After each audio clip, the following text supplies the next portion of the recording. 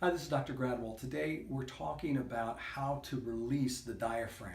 And we're going to show you two different ways to do that. We're going to show you how to release the diaphragm from the back side and also from the front side. Remember, the diaphragm goes all the way around 360 degrees.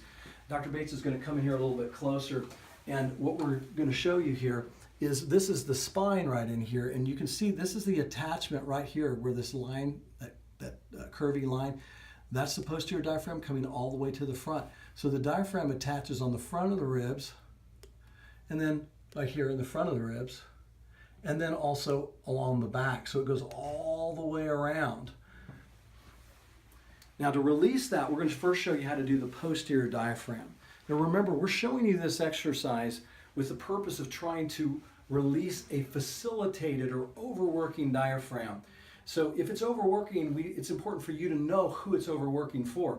So your practitioner's already figured that out. So they're going to tell you how to do this release, and it's important to understand that the release is important, but also then reactivating whatever's inhibited is important too as well. So they're going to tell you what's inhibited, and they'll give you some instruction on that too. The purpose of today is to show you how to release a facilitated diaphragm. So we're going to show you the back side first. And so when we do this, I'm just going to lay down and put this, well, I'll just show you right here. That's going to go somewhere right in this area. Now, normally that's going to go anywhere from about L1, usually not that low, but all the way up to perhaps even T8. So somewhere in that mid-back. On females, it's going to be right around the bra straps. So it's going to be a little bit above it or a little bit below it. How are you going to know?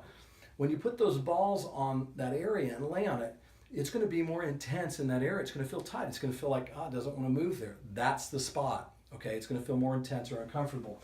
It's best to do this on the floor. I'm going to do it on the table for video purposes, but what you're going to do is you're going to place this under your back, right in that area there. Now, notice how I pick my butt up, and I can roll one way or the other to find the sweet spot. And the sweet spot, of course, is the area that's the most intense that you really don't want to be on it. So as you lay on it, allow that to release for a minute, even perhaps 2 minutes.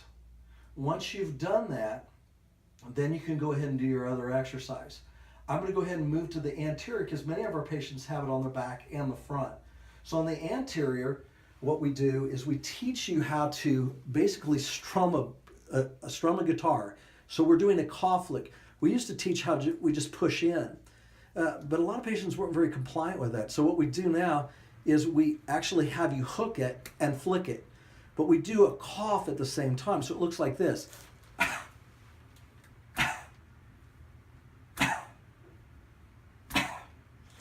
When we do that, that stuns the diaphragm and it calms it down so that then you can do whatever exercise your practitioner has recommended to do afterwards. So again, this is the anterior cough lick. We usually do 5 of those. And once you've done that, then you need to follow that with whatever corrective exercises that you need to do. This helps reprogram the brain and improves motor control of the diaphragm. This is Dr. Stephen Gradwell. I hope you enjoyed the video.